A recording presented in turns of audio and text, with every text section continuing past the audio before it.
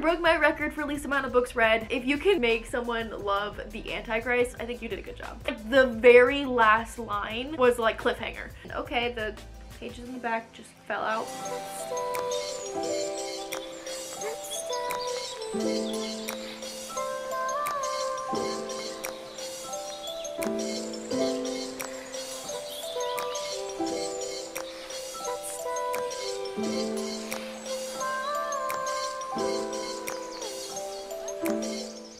My name's Ebony, welcome back to my channel. So it's been a hot minute since I've done one of these like actual sit down videos. I'm just kind of out of practice a little bit, so bear with me. Also, I did rearrange my room, so now my bed is right here, like I'm literally touching it right now. And there's a little bit of a weird shadow on this side, and I'm also sitting a little bit further out this way for better lighting. So I'm like in the middle of my cart and my bookshelf, so it's a little different. I have kind of taken a little bit of a break from YouTube, trying to get back into the swing of things, but unfortunately, because I took a break, I did not post a July wrap-up. But that's okay, because in August, I only read 2 books. So I was like, I could just combine July and August, it'll be fine. I was in a filming slump, a reading slump, editing, like all the slumps. To kick off the wrap up, we first start with my book stats page in my bullet journal. Yay! That's my book stats page, and in July I read 10 books, 3,056 pages. I read 5 physical books, 5 audiobooks, and 0 rereads. And in August I read 2 books, 600 pages, 1 physical book, 1 audiobook, and 0 rereads. July wasn't super hot. In July I tied for the lowest amount of books I had read thus far, that being January, where I only read 10 books as well. But then I broke my record for least amount of books read. In August, I only read 2, at least in this year. I feel like I always fall into a reading slump in August. I don't know what it is, the back to school and like end of summer, maybe depression kind of thing. I'm not sure. So jumping forward, here are my wrap-up pages, little bit of a preview of what we're gonna see in this video. So this page is July and this page is August. I made the book covers very big to take up all that space since I only read 2. There's my page tracker for July. The bottom is like over 100 pages read and the top is 0 pages read. So there was a lot of bouncing around in July. And then in August, yeah, only had a couple of decent days. Everything else was pretty unfortunate. Let's jump into all the books I read this month and my deeper thoughts on them. So the first book I read in July was The House in the Cerulean Sea by TJ Klune. This book kind of took the bookdernet by storm. I feel like at the end of last year, maybe, I'm not sure, like it was a while ago, so I've had this book on my like radar for a while. It's still on the bestsellers list at the bookstore that I work at, so I was like, okay, maybe I should actually read this because, you know, like it'll help with my job because people are constantly asking me like, have you read this? Is it good?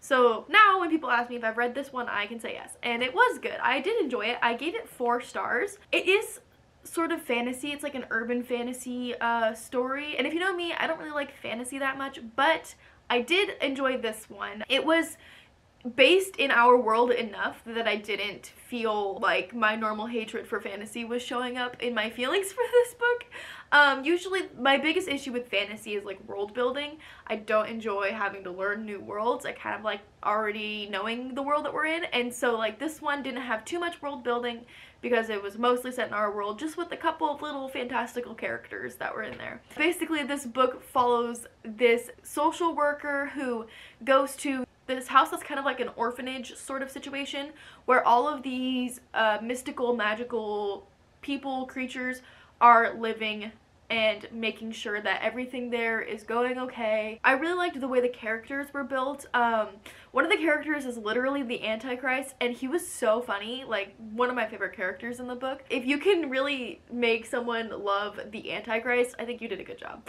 Also, the main character was very fun to like view the story through, because I feel like that's an interesting point of view. Like, you have all these magical creatures, which I feel like are usually like the main characters, but here you just have this normal mundane person just doing his job and he's the main character, and so you sort of get this like almost unbiased viewing of these magical creatures. So I really enjoyed it. Then I read Bloom by Kenneth Opel. This is actually a middle grade novel that a coworker of mine was reading, and he was telling me the premise of it, and to me it sounded kind of like Wilder Girls. And so then I like did some research on Goodreads, and I discovered in the synopsis and in the reviews it was like for fans of Annihilation and Little Shop of Horrors and Wilder Girls.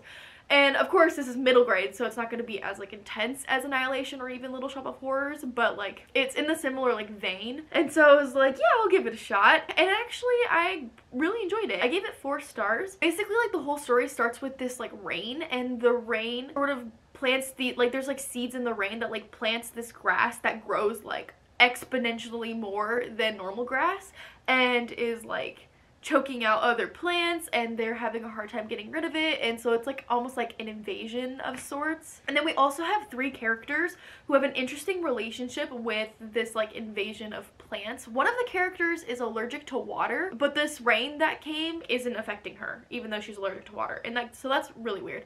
I read this in July, so now it's been a little bit since I read it. All 3 of the characters have a weird sort of like beneficial relationship to this rain and to the plants that are happening, whereas everyone else besides these characters are having negative effects to these plants. So you're kind of like, what's happening, and like why is this happening? And it was a really fun time. The book did end on a cliffhanger, and there are other books in the series. I believe there's 3 of them out at the moment, if I remember right. Unfortunately, I read this on audiobook, and I can't get the second one on audiobook, so I don't know if I will ever read the second one. I am kind of bummed because like I kind of want to know, like literally everything in the book was fine, like especially like the ending resolved nice and awesome, and there was a nice resolution there, and then like the very last line was like cliffhanger, and I was like, ugh. And so like if I hadn't read the last line, I'd probably be okay not finishing the series because like there would be that resolution there, but the last line makes me want to read the next one, and unfortunately I can't get it on audiobook, so I don't know when/if I will ever get to read that one. Ugh! I really want to know what happens. Cliffhangers are always what gets me, I swear. Very good, really enjoyed it, and it really does remind me of Wilder Girls, Annihilation, Little Shop of Horrors, like all those things. It's just very like toned down and not as intense because it is for a younger audience. So if you like those things, I recommend checking this book out as well. Then I read The Vanishing Season by Jodi Lynn Anderson. I am doing a vlog series where I'm like reading the books on my physical TBR. Kind of fell off of that a little bit, kind of went overboard with all of the free books I can get from the bookstore. So I will have to do a book haul soon. It will be very massive. So my physical TBR is a lot bigger than it was when I started this vlog series. And I do have more books that I have to read for this specific vlog that this book is for and the next book is for. It is for a vlog series, and maybe one day that vlog series will come out. I have no idea when though.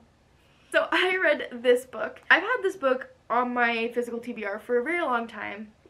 I probably bought it like 2 or 3 years ago. And I kind of barely had an idea of what it was about. I kind of just bought it, mostly because the author's last name is Anderson, and when I first saw it, I thought it was Lori Halse Anderson, and that's why I grabbed it. Then I realized it wasn't, but I read the synopsis, and I thought it would be kind of cool, so I bought it. Like, I bought it secondhand and had no expectations for it. Throughout the book, you sort of get 2 different perspectives. One of them is like this, you follow the main character, you know, just like a teenager, living their life. She moves to a new city, makes some friends. And you also get this perspective of what to me feels like a ghost. It's like this like omniscient narrator point of view sort of thing. And so like there are like moments where like that narrator relates back to like the main character's point of view. And so you're like trying to figure out like who that person is. It's a little bit of mystery there. Not like super mysterious, but like just a little bit of you're like, who is this other narrator, this omniscient narrator? Like, how does it relate? And then the ending, I think, was super masterful, where everything sort of connects and you figure out like who that narrator was, how it connects to the story. All the puzzle pieces come into place in the end, and that is what made me really enjoy this book. I mean, overall, it was okay. It was kind of a light read, fairly short book, and is set in like winter, fall, but doesn't really have super like dark vibes at all. Aside from that weird omniscient narrator. But then like the ending, just like, oh, it brought it all together, and it made me enjoy it way more than I had anticipated from the rest of the book. I gave this one 4 stars. I really did love the ending, and that is what really like made the book for me. So next I read Suicide Notes from Beautiful Girls by Lynn Weingarten. This book follows main character June, whose like ex-best friend Delia dies in a fire, and everybody's saying that it was suicide, but June doesn't believe it. She thinks it was murder or foul play in some way, and so she's doing some like investigating to like find out who did it, because she truly believes her best friend was murdered. The first half of this book was fine and dandy. I enjoyed the mysterious plot that was going on, the sort of like true crime, whodunit sort of mystery there. But then there's like a plot twist that happens about halfway through that I wasn't really a fan of. I feel like some people might like it. I just personally did not vibe with that plot twist. So I wasn't as much into this one. I gave it 3 stars, and I will probably unhaul it. My roommate said that she had really wanted to read this book, so right now I'm just giving it to her. I don't know when I will film an unhaul because I need enough books to film an unhaul, and at the moment I only have 2. So whenever that happens, this will be on that list. And then I read Last Chance Books by Kelsey Rodkey. This book was on my anticipated reads list for 2021 that I did back like in January, like at the beginning of the year. I just thought it sounded super cute, super fun. This copy I actually got from the bookstore. It's an ARC, although I did read it after the book came out. Basically, this story follows 2 characters who work at rival bookstores. The main character, Madeline, works at an independent bookstore that has been there for several years, and then there's a new Barnes & Noble that opens right across the street, and that is where the other main character, Jasper, works. And so there's sort of like an enemies to lovers storyline there. There's a lot of pranks happening. Like the main character put up a sign in the Barnes & Noble window that was like, "We hate customers," or something like that. Like it was super funny, like all the different pranks that they did to each other. And they also had like a rule that like every time if you walk into the other bookstore, then you have to buy a book. And when he would come into the store, she'd be like, "Okay, you have to buy a book now." I don't know, it was so funny. It was very fun, and the enemies to lovers storyline didn't bother me as much in this one. I don't typically like that trope, but it was okay with me in this one. I laughed a lot while reading it, and I highly recommend. I thought it was a blast and a great little romance if you're looking for something fluffy, and I gave this one 4 stars. Then I read Never Enough by Denise Jayden. This one's also for a vlog that I'm doing that's like mental health books. I have one more book I have to read for that vlog, and then it can go up. This book I have so many mixed emotions on. So when I bought it, I thought it was gonna be about eating disorders, and you may know I love eating disorders, so I was very much looking forward to that. Unfortunately, the eating disorder plotline did not kick in until about 200 or so pages into the book. And so at that point, I was very bored. I almost DNF'd it, and I did have many people tell me to DNF it, but I didn't want to because I really wanted to know the eating disorder plotline. The main character, super annoying. I did not like her. There were so many things that were brought up in this book that were not resolved or like were inconsequential to the main storyline. So many mini plot points that didn't matter in the grand scheme of this storyline. And I'm telling you that this book could probably be about 100 pages shorter than it is. It's 372 pages right now. Oh, fun. Okay, the pages in the back just fell out. That's cool. I think it could be less than 300 pages. If you cut out all the stuff that just didn't need to happen. In my writing classes, we talk a lot about like throat clearing. So there's often some throat clearing at the beginning of a story, especially for new writers, where you're really trying to like find your place in the story and really like delve into it. Sometimes it's a line, sometimes it's a page, a paragraph, you know, whatever. I think that there's a lot of throat clearing in this book, and the first like 20 pages could probably be cut out and you would still get the same book. There was nothing important that happened at the beginning, and it made me very sad.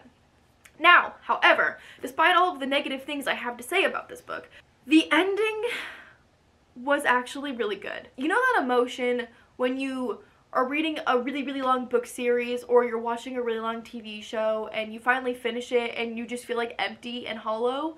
That's kind of how I felt after I read this, even though I had like barely any emotion attached to it, which was a weird feeling for this specific book. It's something I didn't anticipate, and so I was like, huh, I have emotions. Does that mean it was good? No, but I now don't know what to do with my ranking, what to do with this book. I was like, do I unhaul it? Because I didn't really love it, but I did like the ending. I'm not sure. I am keeping it for now, in case you're wondering. I might unhaul it at a later date, but as of now, I'm keeping it because I liked the ending. I don't know. I had so many mixed emotions about it. It literally feels like this book is two different stories. If I was ranking this book based on the first half, I would give it 2 stars, maybe 1 star. Terrible, didn't like it. If I was ranking this book based on the second half, you know, like the last 100 pages or so, honestly, I would give it 4 stars. Like, so I split the difference. I gave it 3 stars. I'm not really sure, like, what to do with it, like, what to do with my feelings for it or anything. Right now, I'm keeping it, but not sure where to go from here with that book specifically. Then I read The Summoning by J.P. Smith. So this is actually an arc as well, and I actually read this arc before the book comes out, which is super exciting. I like never do that. So this is actually an adult book, and I got it from the bookstore. I just grabbed it because it looked super like mysterious, and also the cover is really pretty in my opinion. I read it in like 3 days, which is pretty fast for me to read a book physically lately. To be fair, it's less than 300 pages long, so like it's not super long. The main like premise of this book is that the main character, Kit, her husband died in 9/11 and she lives in New York still, and then her daughter also had an accident and is now in a coma, and they're not really sure like how to get her out. She's just in this coma, and it's been a couple of years. Kit is really struggling with life to pay medical bills. You know, her daughter's in a coma, her husband died, like she's a widow, like she like barely has anything. She has a failed acting career. She doesn't really know what to do. So she sort of takes on this persona of being a medium, basically in order to pay the bills. She's not actually a medium, but she is pretending to be one, and she doesn't really see as what she's doing as wrong because she feels that she's giving people the closure that they need. But there are some like moral issues that go along with that. And there's also like a plot line of some police officers investigating her because they're trying to like take down all the fraudulent mediums and psychics and stuff. She's pretending to be this medium, all is well, but then like creepy things start happening to her, and so she thinks like she's actually being haunted. Crazy things happen. It was wild. Definitely a page turner for me. So it was very good up until the end. Honestly, this book was headed for a 5 stars, but then the ending was so abrupt and a lot of the plot points did not tie up neatly with a bow in the way that I would have wanted.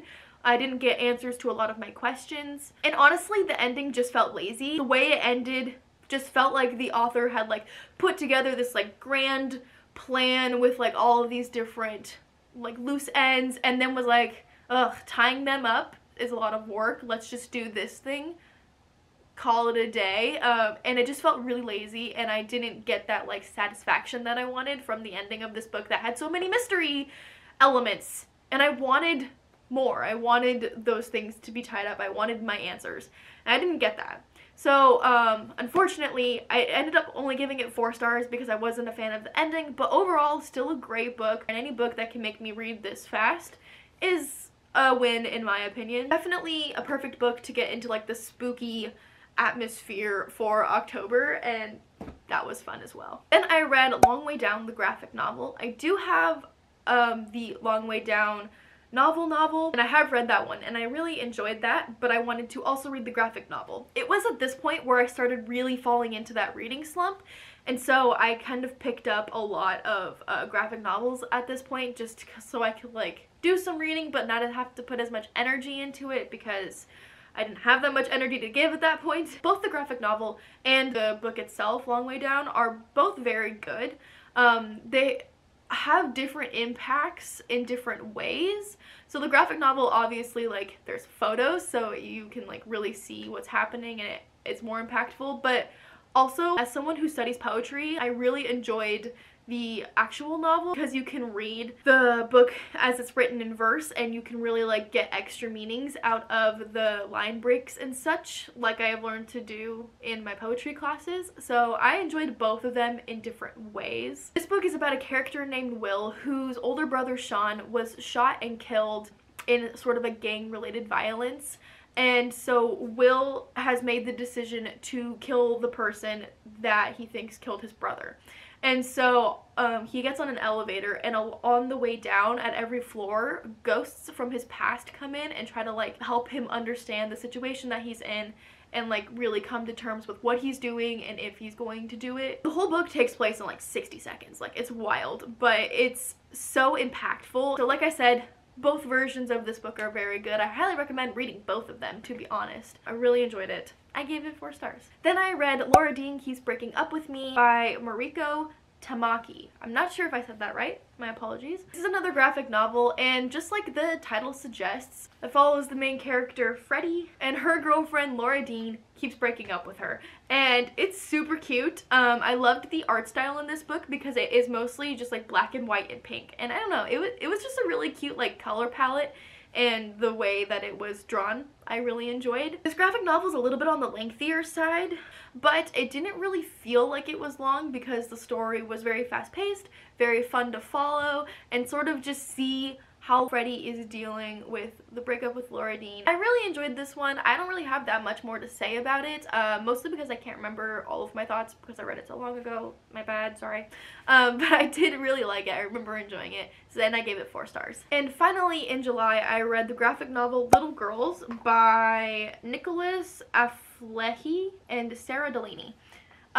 This one, I think, is a little bit of a younger age of graphic novel, or at least that's how it felt. The art style I wasn't the biggest fan of, but it was okay for what the book was about, I think. It takes place in Ethiopia, which I thought was a nice refreshing setting. It follows 2 girls. There's like a lot of animal attacks that have been happening in the place that they live, and so they decide to go out and investigate, and there's this really creepy sort of monster thing that they end up finding and like fighting. It was pretty creepy for a graphic novel, like the imagery. I really enjoyed this one, super great for the spooky vibes, and I only gave it 3 stars. I wasn't as big of a fan of it as I was of the other graphic novels I had read, but it was still pretty good. Okay, and now on to August. So the first of the 2 books that I read in August was The Dark Between Stars by Atticus. This is a poetry collection that I read during my lunch break at work. Like, I literally, at work,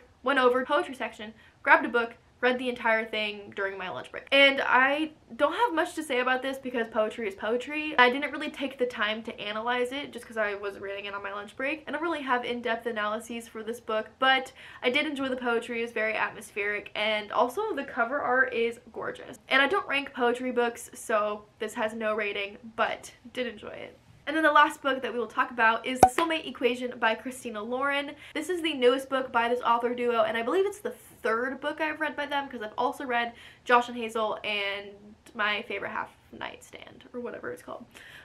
This one follows the main character who is a mother, and her friend sort of talks her into signing up for this like dating platform thing where you submit your DNA and they like match you based on your DNA, and she gets matched with the CEO of the matching company.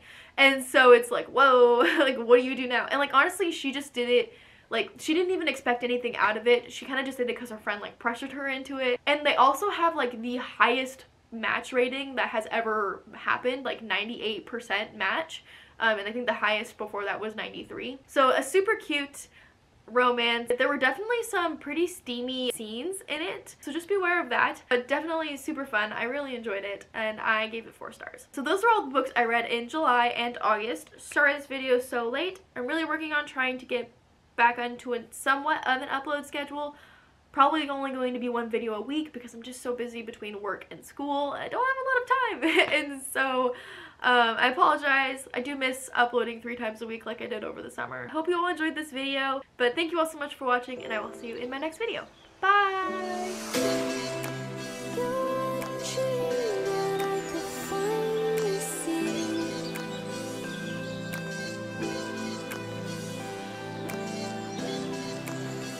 Just want